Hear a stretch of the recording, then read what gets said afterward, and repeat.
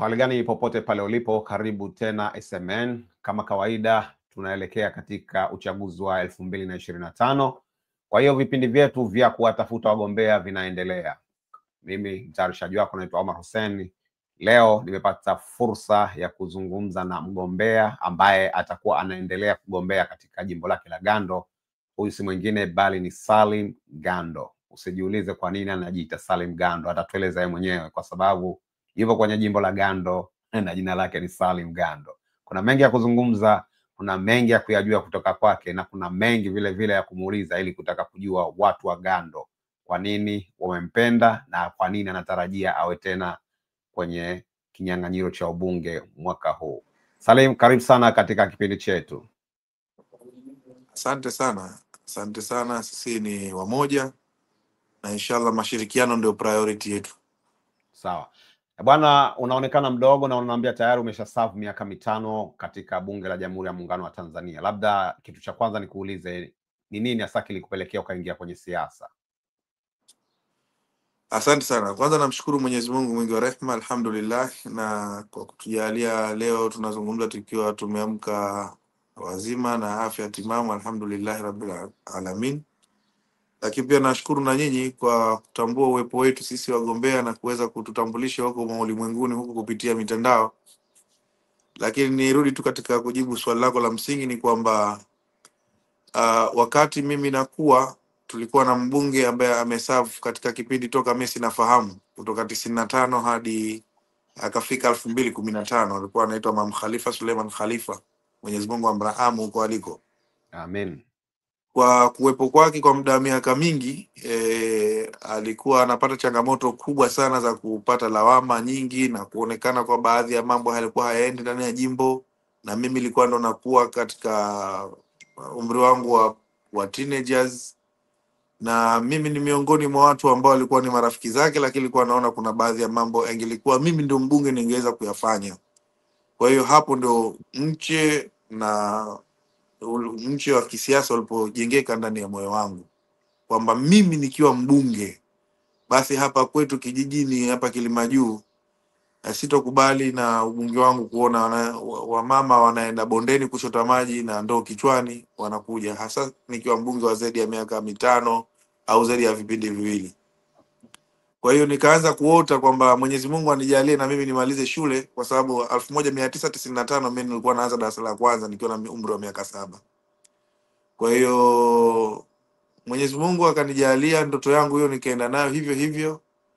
Nikawahi kugombea kwa chama chengine ya mwanzo, lakini isivyo bahati Mungu hakujalia, lakini sikukata tamaa.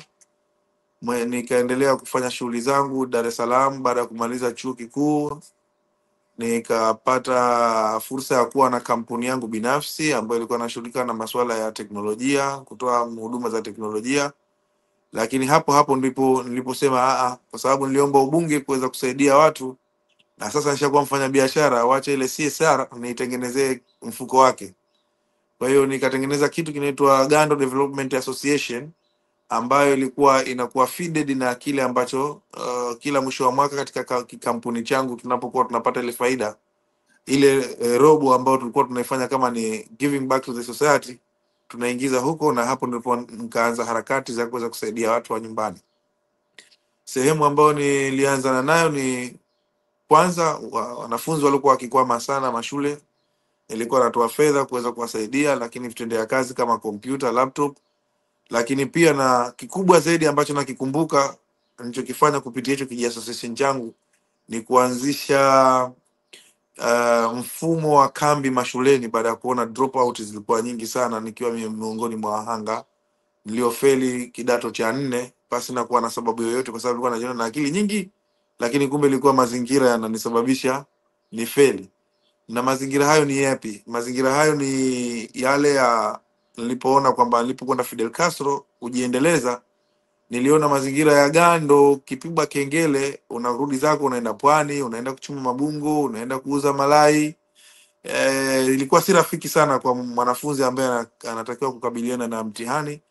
Lakini kule Fidel Castro muda wa kupiga kengele unarudi zako bweni, unalala kidogo, lakini baadaye unarudi chini kwenye garden kule, unakaa na wenzako, mna solve past papers, na maisha yanaenda. Kwa hiyo nikasema sehemu pekee ya kuweza kukiokoa kizazi kijacho hapa Gando ni kuhakikisha kwamba katika skuli ya sekondari ya Gando hii kubwa hii naanza angalau, kwa sababu uwezo wa kuweza kuweka boarding ilikuwa hatuna, tukaanza angalau kambi, na kambi hiyo sasa hivi ina miaka kadhaa na trending ya kufaulisha wanafunzi inasaidia sana kwa sababu ya uwepo wa kambi hiyo.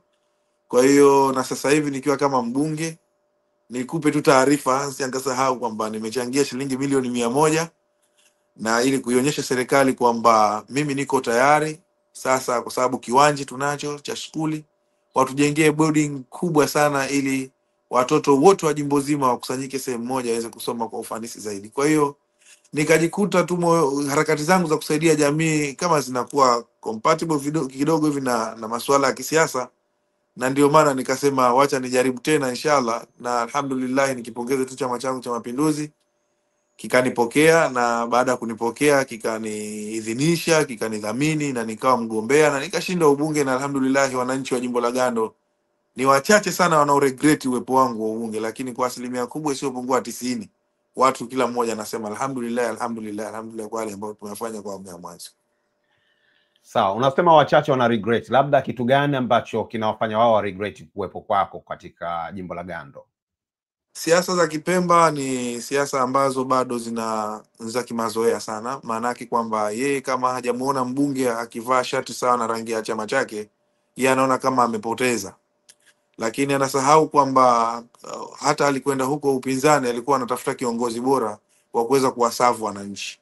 Kwa hiyo watu wengi wamekuwa waelewa sasa hivi, hata kama ni chama chingine, akiona kiongozi ana perform vizuri basi anaridhika na anasema alhamdulillah. Lakini ndio hao wachache ninaokuambia bado hao hawaridhiki mpaka wamuone mtu amevaa shati sawa na rangi ya chama chake, hapo ndo ataona kiongozi bora hata kama hana anachokifanya.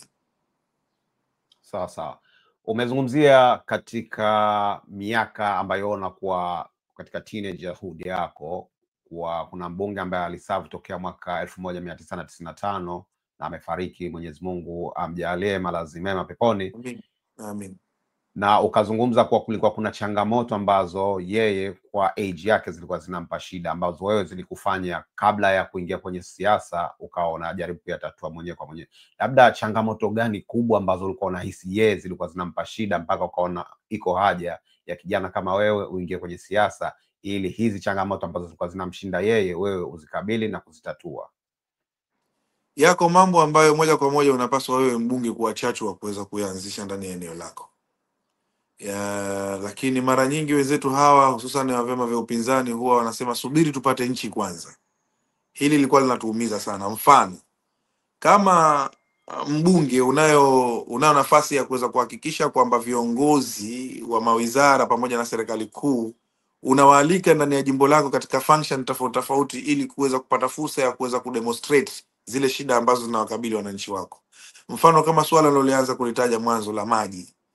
Mimi binafsi ni miongoni mwa vijana ambao mmekulia katika hali ya kwenda kuoga mtoni, nimepata kichocho sana katika umri wangu, nimekunywa maji sana kwa kupitia kitambaa, unaweka kitambaa hivi ili kuficha kiluilui asiingie kwenye tumbo. Sasa niliona hii sio maisha. Sasa mimi nimekuwa tofauti kidogo kwamba huku naalika viongozi wa kitaifa kuja katika maeneo yangu kuweza kuwaeleza kwamba hapa tuna shida ya maji, kuipush serikali kama moja ya jukumu la mbunge. Kwanza nilikuwa naanzisha kuchimba kisima cha maji safi na salama na kuweka tank katika kijiji hiko ili mwanamama huyu asishuke bondeni. Lakini huku nafanya hayo, huku idara ambayo inahusika na masuala hayo na wizara inayofanya masuala ya usambazaji wa maji ilikuwa siruhusu kuipa nafasi hata kidogo. Na muda mwingine nimepata maadui na kuchukiza katika maidara hayo kwa sababu ilikuwa anapasuka ukweli. Na mara nyingi alipokuwa akija makamu wa pili wa rais ambaye ni mtendaji mkuu wa serikali, lakini makamu wa kwanza sijapata fursa ya kuweza kuonana naye ndani ya jimbo langu, lakini hata rais mwenyewe, mawaziri nilikuwa siwapi nafasi hata kidogo, na watu wakifuatilia katika mitandao yangu wanaweza wakabaini. Kuna kipindi walijaribu kudanganya kusema kwamba kuna baadhi ya maeneo tumepeleka magari mbele ya rais kwamba yanachimba visima. Mimi nikainuka hapo hapo mbele za wananchi bila kupepesa macho, bila kugeuka kushoto wala kulia wala kumuona aibu yoyote, nikamwambia mheshimiwa rais amekisha kudanganya leo, aongo. Kikubwa hapa tunahitaji efficiency, magari yaletwe. Na siku ile usiku, baada ya Mheshimiwa Rais kujua kwamba hayo alioambiwa katika ripoti ni uongo, magari yakaja. Mfano kama sehemu ya Junguni, kuna shehia inaitwa Junguni ambako ndo ilikuwa ndio makazi ya huyo marehemu ambaye alikuwa mbunge wetu wa kipindi kirefu, Imam Khalifa Suleiman Khalifa, Mwenyezi Mungu lazima alapema peponi. Baada ya kumweleza Mheshimiwa Rais ukweli, katengeneza mfumo nzuri wa mtandao wa maji, na sasa hivi maji alhamdulillah haje kukata toka siku hiyo. Kwa hiyo wawili watatu katika maidara anaweza kuyatatua changamoto kama hizo. Sasa mimi kidogo niongeze tu hapo kwamba si miongoni mwa wabunge ambao unaikuta shule hii inaanguka kabisa, kiambaza kinakuja chini, unasema tusubiri nchi ndio tuweze kujenga darasa hili. Mimi nitaanza kwanza kuifanya kwa Gando kwa kama angalau Manzese, alafu tukipata hiyo nchi tutaifanya kama kwa Dubai. Kwanza Gando kama Manzese, alafu nchi ndio kama Manzese tu. Sababu sisi viongozi wa majimbo, wabunge, tuna nafasi kubwa kuleta maendeleo. Lakini kwa sababu ya kwamba tuna kishingizio, jamaa walikuwa na vishingizio kwamba hatuna nchi, hatuna sija, tuna mamlaka, sijui kitu gani. Kwa hiyo wakawa wanayaacha majimbo, hakuna kitu kinachofanyika. Lakini sasa walisahau kwamba times never revised back, kwamba hatuwezi sasa tukaja tukasema kwamba sasa tumeshapata nchi tuchukue kalamu ile ya biki tuanze kurudisha muda nyuma tuweze kuenjoy. Hamna, muda utakuwa umepita. We have to do now, leo, right now. Sasa sawa Salim, kuna issue ya ajira, na hii karibu watu wote ambao wanazungumza nao na kuwa nazungumza na wauliza hili swala, na mostly ya watu ambao wanakuwa affected kabisa na ajira ni vijana. Mmoja ya vijana ambao unaonekana kuwa uko vizuri na uko tayari kuwasaidia vijana wenzio ni wewe. Labda katika swala hili la ajira, jimbo lako la Gando, tangu ulipoanza kuchukua mwaka 2020 mpaka sasa, na kama utafanikiwa kupata hapa mpaka 30, nini ulikifanya kuanzia 20 mpaka 25, na nini unatarajia kukifanya kuanzia 25 mpaka 30 kuhakikisha vijana wa Gando wanapata ajira za maana ambazo zitaweza kukidhi mahitaji ya maisha yao pamoja na familia zao? Asante sana kwa swali hili zuri sana. Kikubwa kwanza nizungumzie swala nini maana ya ajira. Watu wengi unapozungumza swala la ajira wanafikiri kupiga mkanda nje, kukabia ile na kuvaa tai. Na hapa ndo tunapojiconfuse vijana tulio wengi, au kufanya kazi serikalini. Sijui nyie mlioko huko Ulaya kama mliwahi kuona nchi yoyote iliyoajiri vijana wote serikalini. Sidhani kama ipo. Haipo. Wengi wanajiajiri wenyewe. Wanajiajiri wenyewe. Sasa mentality ya wananchi walio wengi wanahisi kwamba labda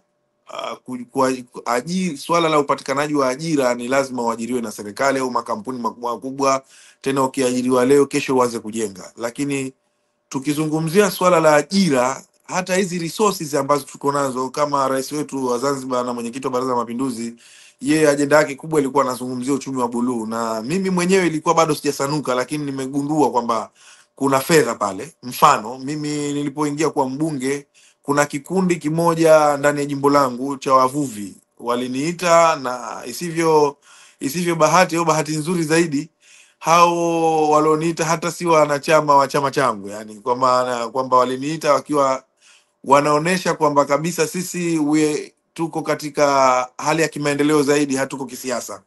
Wavuvi wale baada ya kuwasaidia waliniita niwasaidie mitego, na mitego ilikuja kama milioni 18,700,000, na mimi nikasema kwa sababu hao watu wako serious na wako wengi, simsaidii mtu mmoja, nikawapatia milioni 18,700,000, wakanunua zile jarife na vifaa vingine ambavyo majina yao sivijui, wakahajiri mji wa Gando, wakaelekea maeneo ya Tanga kwenda kufanya uvuvi dago. Sasa baada ya muda fulani hivi nikapigiwa simu nikiwa Dodoma, na wao wakanambia, Mheshimiwa Salim, toka nje ya bunge, kama uko bungeni tunataka kupa surprise. Baada ya kutoka wakanambia niwapatie account number, wakaniingizia milioni 20. Maana yake ni kwamba walikwenda dago, wakafanya uvuvi kwa muda ambao hata mimi nilikuwa nishasahau, wakakusanya fedha, wakapata faida katika mgao, na mimi wakanizingatia. Kwa hiyo fursa tulizonazo za kuwepo kwa natural resources, tukiwezeshwa tunaweza, na ndio path hiyo mimi kama mbunge nilioitumia kuwawezesha wavuvi tofauti tofauti kwenye masuala ya nyavu, boti, mashine hizi za kukimbizia samaki huko na vitendea kazi vingine, karabai, nyavu, kwa wale wakulima wa mwani, mitaimbo, kamba.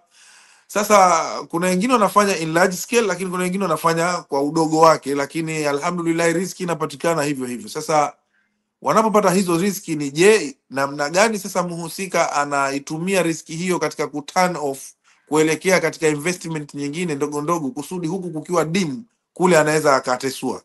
Kwa hiyo ni swala la mwenyewe sasa, lakini kuna vikundi ambavyo tumevisaidia kama vya upishi kwa kuvisaidia masufuria na vitendea kazi. Kuna vikundi tumevisaidia mashine za kupasuliaji wa mbao na wanaendelea tu vizuri. Kuna vikundi ambavyo tumevisaidia mambo chungu mzima, wengine hata siwezi kukumbuka, lakini kwa kusema kweli kwenye suala la ajira na kujiajiri katika hizi ajira ndogo ndogo tumesaidia watu wengi na wanafaidika wengi. Ufugaji wa kuku pia, mtu anakuonesha eneo lake, unampa mtaji, anaendelea, na kuna wengine wamefaidika. Kuna mmoja tuliwahi kumsaidia bodaboda, jana usiku alinifuata akanambia bodaboda ile ilimsaidia, amezalisha bajaji ya kwake yeye mwenyewe na ile bodaboda ipo. Kwa hiyo na bajaji, nikamuuliza kwa siku unapata shilingi ngapi? Akanambia kwa siku napata faida ya shilingi 30,000 naweka nyumbani, napata chakula cha watoto, napata na akiba kidogo. Kwa hiyo hiyo ndio ajira. Kwa hiyo tukiangalia hizi ajira ndogo ndogo, huko ndiko tulikofikia, lakini inshallah nitakapopata tena, Mwenyezi Mungu akijalia, mara hii nadhani hatutakuwa na changamoto kama tulivyoanza na changamoto ya COVID-19. Kama tulivyoingia tulianza na COVID-19, hatukuweza kupata kutoka kwenda maeneo tofauti tofauti kwa awamu ile iliyopita, lakini inshallah tutajaribu sasa kuwatoa vijana ili waende kutembea mahali tofauti tofauti, kuweza kuangalia nini watu wanafanya kwa ukubwa wake na seriousness yake na ile taaluma haswa, ili kuweza kuja kujiwekeza nyumbani. Kwa sababu nikiangalia kama makonyo ya karafuu, mafuta yake yale ni ghali sana, lakini sio huku tunafanya mbolea kwa kukuzia mgomba ambao mwisho wa siku tunakata ndizi ya shilingi 3,000 4,000. Lakini tungewezesha vijana wakaweza kuwasanifu makonyo haya, wakakamua mafuta yale wakauza katika bei yake, ingekuwa ni vizuri zaidi. Kwa hiyo hilo tutaendelea kuishauri serikali, lakini na sisi katika hivi group vidogo vidogo kama wabunge tutawawezesha watu namna tofauti na kuwashirikisha wadau wetu wahisani. Au kuna watu wengi sana kama wewe hapo, na uhakika unaweza ukanitumia hata dola 50,000 huku, ukaniambia bwana wewe nataka ende ikasaidie katika kikundi cha jasiriamali tu. Kwa hiyo lakini huwezi kutoa dola 50,000, lazima uone seriousness ya hicho vikundi wenyewe. Kwa hiyo kitu cha mwanzo ambacho nitakifanya nikibahatika ni kuweza kuweka seriousness katika hivi vikundi ndani ya jimbo langu, kusudi hata akija muhisani ajue hawa wako ready, hata nikiweka cha kwangu hakitopotea. Sawa. Hilo ni kwa upande wa vijana. Je, upande wa kina mama, kwa sababu akina mama nao wanakuwa wanapata changamoto zao za kujiendeleza wao wenyewe kimaisha. Kuna ambao watakuwa labda wana vikundi vyao, kuna ambao labda watakuwa iko individuals katika kuendeleza kimaisha. Je, wewe una plani gani kuwasaidia? Labda miaka 5 iliyokwisha umewasaidiaje, na una plani gani ya kuwasaidia miaka 5 hii endapo utachaguliwa tena kuwa mbunge wao? Okay. Wakina mama mara nyingi nimewachanganya hata hapo katika pointi yangu ya mwanzo, kwa sababu mara nyingi wao wanajikita katika uzalishaji tumeweza kuwasaidia, lakini wakulima wa mboga mboga tumeweza kuwafikia. Halikadhalika wako watu ambao walikuwa wamejikita katika ukaushaji wa mwani, ukaushaji wa dagaa, wako wengi. Lakini katika kufanya yote haya, kikubwa nilichokigundua ni kwamba tumegundua kwamba wale maandalizi ya vikundi haviko proper, na ndio mara hii tukijaliwa, nikipata fursa, nataka niweze kushusha wataalamu mara hii kuhakikisha kwamba wanakuja kuvitengenezea mazingira ya utayari sasa, ili hata ukisema unaweka kitu chochote cha kwako au muhisani ajue kwamba hapa kuna dalili kubwa sana wa hichi ambacho kinaenda kufanyika kinaweza kika break even. Sawa. Salim, umezungumza mambo mengi sana, yani katika masuala yangu machache nimepata kusoma vitu vingi sana ambavyo vinaonekana tayari umeshavifanyia kazi na tayari viko katika plani yako ya kufanyia kazi endapo utachaguliwa tena. Lakini kuna swala la imani na kusudia swala la dini, labda kutokana na mambo mengi tunayosikia sasa hivi Zanzibar, tutazungumza Zanzibar in general, alafu tutazama wewe utazungumza kwenye jimbo lako. kuna maporomoko sana ya maadili ya watoto wetu wa Kiislamu kutokana labda na mitandao na mambo mengine. Wewe kama unakuwa kiongozi wa jimbo la Gando, utakuwa una utaratibu gani kuhakikisha maadili ya Kiislamu yanashikiliwa? Alhamdulillah, mimi nimekuwa miongoni mwa wadau kwa muda mrefu zaidi ya miaka 15 sasa, ambao mimi ni mfadhili wa mashindano ya Qur'an ndani ya jimbo letu, nikiona ni miongoni mwa sehemu moja wapo ya kuhakikisha kwamba Mwenyezi Mungu amesema kwamba taarifuni kabla taabuduni, kwanza nisomeni alafu ndo mniabudu. Na nikaona kwamba ili kukitengeneza kizazi chenye kumwogopa Mwenyezi Mungu, kwanza ni kuhakikisha kwamba Qur'ani inaingia katika nyoyo za hichi kizazi kipya. Kwa hiyo kuanzia 2012 hadi 2025 hakuna mwaka hata mmoja niliyouchupa bila ya kuweza kuwekeza si chini ya milioni 10 kuhakikisha kwamba nazawadia watoto wetu wanaofanya vizuri katika kuhifadhi Qur'ani na shughuli nyingine nyingi za kidini. Kwa hiyo kikubwa kwanza mimi ninachokiona, viongozi sisi wa majimbo, sio tu la Gando, tuhakikishe tunaipa kipaumbele tarbiyati islamia ndani ya community yetu. Malezi haya ya Kiislamu yenye kumtambua Mwenyezi Mungu ni jambo la msingi mno. Hata mtume wetu Muhammad sallallahu alaihi wasallam kabla ya kupewa utume aliambiwa ikra. Mimi ninachokiona kwamba ni kuhakikisha kwamba tunatengeneza kizazi kilicho na dini zote, hizo na elimu zote mbili, elimu ya dini na elimu ya kidunia. Kwa hiyo hilo mimi nalifanya, na alhamdulillah sasa trend imeongezeka kubwa sana, na mimi nikiwa miongoni mwa mahafidhi al-Qur'an. Mashaallah, mabruk. Sawa, ninaona tumeshakava kila kitu. Labda katika swala la miundombinu, vitu muhimu ambavyo umelizungumzia, swala la maji, sijui swala la umeme na barabara kwa eneo lako la Gando, hili likoje? Alhamdulillah, nilipoingia kuna baadhi ya vijiji vilikuwa vijakaa sawa umeme. Nikaomba kumwita kiongozi mkuu wa shughuli za serikali katika serikali ya mapinduzi ya Zanzibar, ambaye ni makamu wa pili wa rais. Tukapitia baadhi ya vijiji kikiwemo Kenya, Chokaani, vijiji hivyo vote sasa hivi umeme unawaka. Lakini pia ziko barabara za ndani ambazo mara nyingi walikuwa wameanza kutengeneza za Unguja.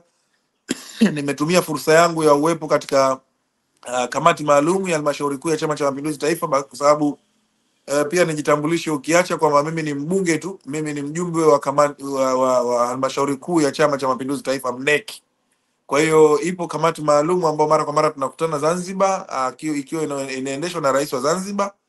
Nimelia pia humo kwa sababu sina fursa ya kulia baraza la wawakilishi, lakini pia nilikuwa nikimuomba rais mara kwa mara na mawaziri. Sasa hivi barabara zetu za ndani zimeanza kukatwa, zimeanza kuchongwa alhamdulillah.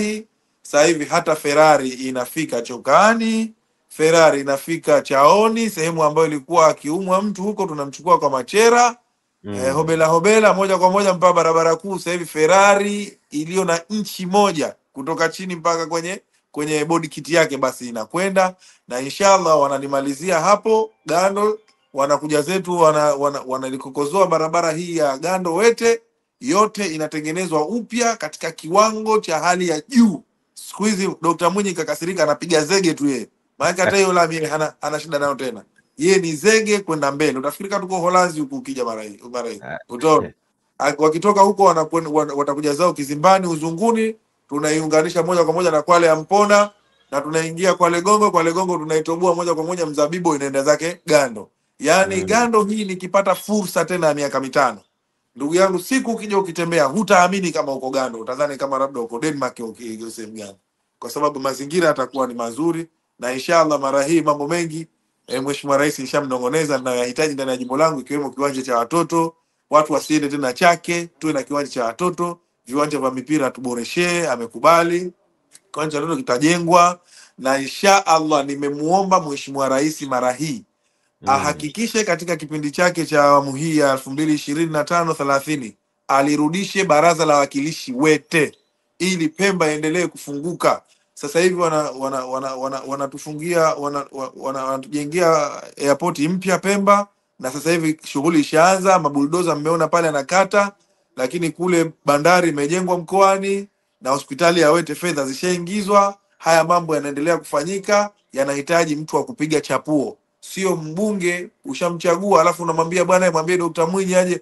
Sisi bwana tumemgomea, sijui tunasubiri mamlaka kamili ndio tutafanya. We have to do today. Kwa hiyo kwenye haya mimi nitasimamia inshallah, nitayasemea, nitatumia vyeo vyangu viwili kama inshallah Mwenyezi Mungu akijalia watanipa ridhaa na nchi wa Gando, nitatumia ubunge wangu, nitatumia ujumbe wa halmashauri kuu yangu kuhakikisha kwamba tuna push serikali kuweza kutekelezeka hayo kwa haraka iwezekanavyo, ili wale wachache waliobakia katika kuleta kidomodomo waweze kuwa cool, tushirikiane kwa pamoja kuweza kuijenga Pemba yetu. Salim, umegusia swala la michezo kwa uchache kabisa. Umesema unataka viwanja, labda huhisi kuwa kutokana na ajira kwa zimepungua sports, michezo na kusudia either football na mambo mengine, ikawa ni pati ya ajira kwa vijana. Kwa hiyo labda wewe ufikiri ukaimarisha michezo katika jimbo lako ili vijana nao watoke mitaani kukaa kwenye maskani na kuingia kwenye michezo ambayo, mfano nilizungumza na mmoja kati ya wagombea ubunge, alitaja wachezaji wa mpira ambao wanatoka Zanzibar kwenda bara na kuna wengine wanaweza kupata fursa mpaka kwenda nje ya Tanzania. Wewe huhisi labda sports inaweza kawa ni ajira kwa vijana ambao watakuwa tayari wako very talented katika either ya michezo yoyote ambayo kama itakuwa soka, labda kuogelea na mambo mengine? Mimi nahisi kama ni sehemu ya ajira vizuri, lakini kwanza mimi ni mtu ambaye huwa anapenda kitu vizuri. Kwanza huwa naamini kwamba tuboreshe miundombinu zaidi. Ili tuweze tukiweka push, sababu kama mimi kuna ligi huwa nachezesha kama mbunge inaitwa Suluhu Cup. Suluhu Cup imebeba jina la baba wa Mama Samia Suluhu. Lakini pia imebeba maudhui ya kwamba baada ya uchaguzi mambo yote yapite, tufanye suluhu sote vijana tu kitu kimoja. Na Suluhu Cup hii mimi ishafikia mahali mpaka mshindi wa mwanzo kumzawadia milioni 10. Unaweza ukaona kwa ukubwa kiasi gani hiyo ligi ilivyo, lakini sasa inakuwa kidogo napata hesitation na nakuwa demoralized kuona kwamba penalty inaenda kupigwa kwenye mchanga baada ya nyasi. Ushon. Sasa na ndio maana nikapata morali ya kumuomba Mheshimiwa Rais Marai, hebu kaskazini tutengenezea angalau viwanja viwili vile na standard ya Mao Zedong pale. Vikae vizuri ili tukiingia katika hizi sport tuingie tukiwa seriously. Maana haiwezekani leo Gando huko ukuze kijana kwenye masuala ya sport acheze kwenye mchanga alafu atoboe aende huko kwenye slide, atashindwa kuslide kwenye nyasi kwa sababu hajazoea. Anaweza akapiga kelele, akislide kwenye nyasi anaweza kukuta mchezaji anapiga kelele kumbe hajazoea. Kwa hiyo kwanza ni kuhakikisha kwamba serikali tunaisukuma kuweza kuboresha mazingira ya rafiki, na nikwambie tu Gando ndio mshindi wa beach soka Tanzania. Gando. Mashaallah. Tunao timu yetu ya Raha, lakini tunao timu yetu ya Ukunjwi. Timu hizi kwenye beach soka mpaka zilitakiwa kwenda Brazil, sisi kulitokea figisu gani tukabaniwa, lakini sisi ndio tulotokea mshindi wa mwanzo na timu nyingine kutoka huko Gando ikatokea mshindi wa pili. Uone kwa namna gani sisi tuko talented, lakini mazingira hayajawa rafiki, na inshallah Mwenyezi Mungu atajalia mara hii Dr. Mwinyi ataitupia atatia mkazo zaidi Pemba kuliko Unguja katika kutengeneza miundombinu hii ya barabara, miundombinu ya viwanja vya mpira, lakini na mengineo. Na ameshaanza sasa hivi, wakandarasi wameshahamia huku na mambo yanaenda alhamdulillah, tunashukuru. Ni muda tu wa kuweza kupata watu wa kuweza kuyachapua yasija kakatisha njia. Sawa. Bwana, nimekuuliza karibu kila kitu ambacho nimetaka nikuulize. Lakini sijajua kwa upande wako labda ulikuwa unatarajia kutuambia kitu ambacho mimi sijakuuliza. Kuna kitu gani unataka kutuambia ambacho mimi personal sijakuuliza wewe? Mimi nina jambo moja ambalo napenda sana proud for. Yaani napenda kujivunia nalo, ambalo nahisi hii ingebaki kwenye kumbukumbu kwamba yote yule katika maisha yangu ataki kuja kunikumbuka, aje nikumbuke katika jambo kubwa nilolifanya katika uongozi wangu. Na jambo lenyewe ni kuwaona sawa wananchi wangu wote wa itikadi zote katika kutoa huduma zote kwenye hili. Na nichukue fursa hii sasa niende kwenye mantiki kuwaomba viongozi wenzangu wa ndani ya Chama cha Mapinduzi na nje ya Chama cha Mapinduzi, tunapobahatika hizi nafasi, tuwasavu wananchi wetu wote bila ya angalia itikadi zao na kuweza kumpa mwingine mizani kubwa kuliko mwingine. Amwe hero kwenye jambo hilo, na najivunia, na insha Allah namuomba Mwenyezi Mungu nitakapopata tena fursa niendelee kuwahudumia wananchi pasi na kuweza kuangalia itikadi zao za vyama. Salim Gando, asante sana. Shukrani sana basi. Wapenzi watazamaji, huyo alikuwa ni Salim Gando. Salim Gando ambaye ni mbunge wa Gando, anagombania tena nafasi ya ubunge katika jimbo la Gando. Kwa nini amejiita Gando? Kwa sababu anasema yeye ni mwana wa pale na anataka kuleta maendeleo katika jimbo lake. Tumesikia mengi kutoka kwake. Ni mtu ambaye anajivunia sana na anasema yeye yuko tayari kuongoza watu wote, hatochagua, hatatizama wewe unatoka wapi wala una support chama gani, isipokuwa tu utakapokuwa wewe ni mtu wa Gando, atahakikisha mnapata huduma sawa. Amezungumzia mambo ya ajira, ameshaanza kutoa ajira na anatarajia kuendeleza kutoa ajira endapo atachaguliwa tena. Hii itakuwa ni kwa vijana pamoja na kina mama. Elimu, ametilia swala la uzito swala la elimu, na kuwa yeye mwenyewe anasema mwanzo alipokuwa anasoma walikuwa wanafanya sana mchezo.